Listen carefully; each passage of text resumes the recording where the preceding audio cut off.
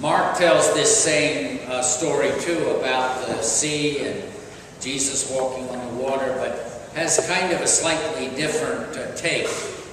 Mark is, instead of the disciples at the end doing Jesus homage and saying, truly you're the Son of God, Jesus at the end of that still says they're still people of little faith. They still don't understand, the disciples.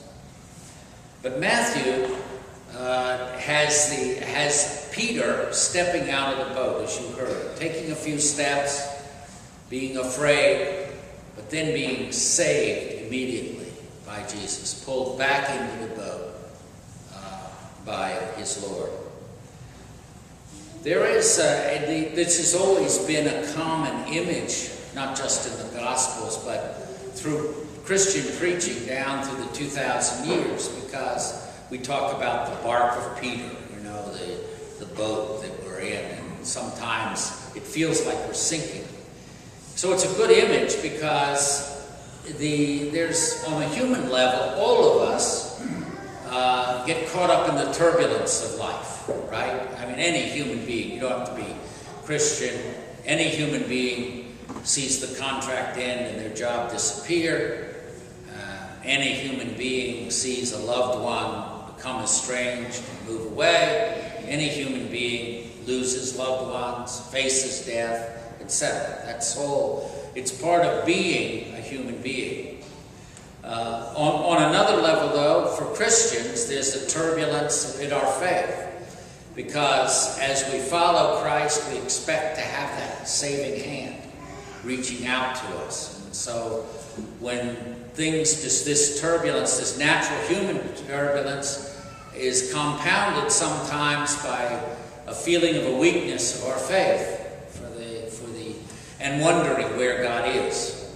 It can be long periods in people's spiritual life where they feel like the other end of the phone is dead, or they're talking to the air. It happens. It happens to the saints, it happens to us. And so, on that level, it's particularly pressing. Where is the Lord? I think that's the genius of putting that first reading about Elijah from 1 Kings as the complementary reading. Because Elijah had it. He had been successful. He had convinced God had acted on his course. He had slain the false prophets. He had demonstrated that God was active in his life. And yet, all he faced was the promise of Jezebel that she would see him dead before the sunset. He was, if you read, it's a story worthy of reading, because it was bone-tired and profoundly depressed, lay down and just was ready to die. And God shades him and gives him food, and he lays down and shades him and gives him food, and then tells him, go to the mountain. And you heard today's reading says he goes there, and Moses saw earthquakes, fire on the mountain, Mount Sinai, all of these things. Earthquakes, fire, wind. None of that is where he finds the presence of the Lord, but in that whispering sound. Whispering sound.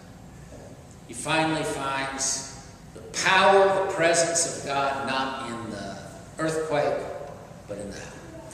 And his heart.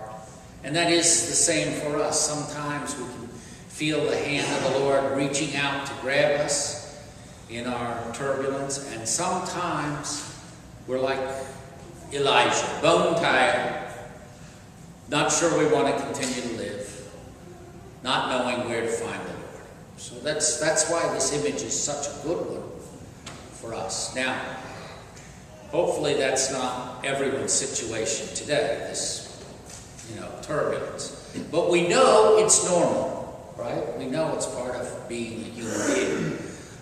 You don't have to be Christian to die, or to lose your job or whatever else. But how then do we open our eyes to the presence of God? This is the importance, I think, of reading Scripture and on a regular basis for ourselves and for private prayer. God, as we know, does not need our prayers.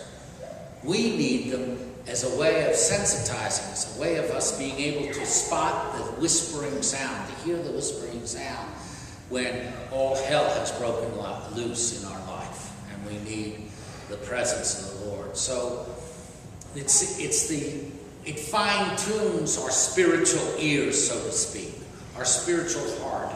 When our prayer, our scripture reading makes us hungry then, and when these times come, we're able to perceive. The difficulty is that if we're totally deadened, God would have an earthquake wouldn't even shake us. I mean, in other words, so that's the kind of invitation. Now you can see that Peter was pretty far along. You can say, well, he began to sink, but you or I might not have even thought of asking the Lord, much less gotten out of the boat. But you can see we know that he is a fallible person, but he constantly is trying to train himself to follow Christ, even if it's walking on water. I mean, in other words, he's a good model, and he's a good model because he fails so often and gets up and needs to be pulled into the boat. That's fine. It provokes us. It's not the failure, it's the getting up. I got a birthday card that said that, so that's why it's on my mind. But I would be remiss if I didn't say something about the second reading from Romans, which really has nothing to do with the point of the gospel. Paul has switched subject in chapter 9, and he's talking about his anguish that the faith in Jesus Christ has not found full root among his own people, the Jewish people, the Israelites. And you can hear his anguish. He says, I would wish that I were cut off from God if it would bring my sisters and brothers to Christ. Now, the importance of this reading, 50 years ago, Vatican II was meeting. Vatican II was an ecumenical council. And one of the 16 documents, but one of the shorter but more important, or at least more dramatic ones, was one called, that came near the end of the meeting, was Nostra Aetate, our age. And it was about the relationship of Christianity with non-Christian religions, with Islam, with Judaism, Hinduism, Buddhism, etc.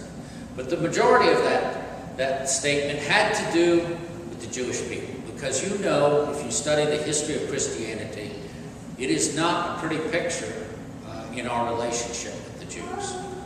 And 50 years ago, using this text as the key one, they are the Israelites, theirs the adoption, the glory, the covenants, the giving of the law, the worship, the promises, they're the patriarchs, and from them, according to the flesh, is the Christ, who is over all. God blessed be forever.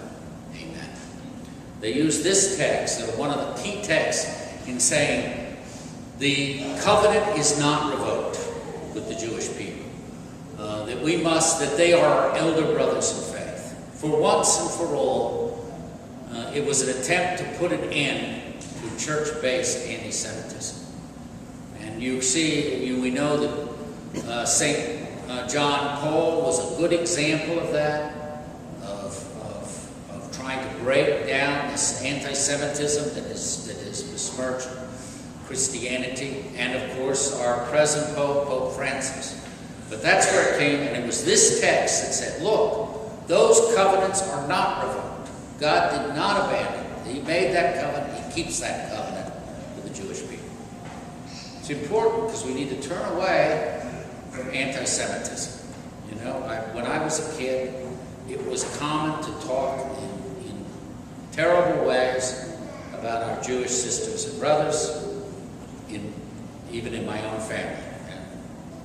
This was a big step that the church took, and this was one of the readings that helped them say, no, we know that covenant is not revoked, that they are elder brothers in the faith, brothers and sisters. So, I'd be remiss not to mention it as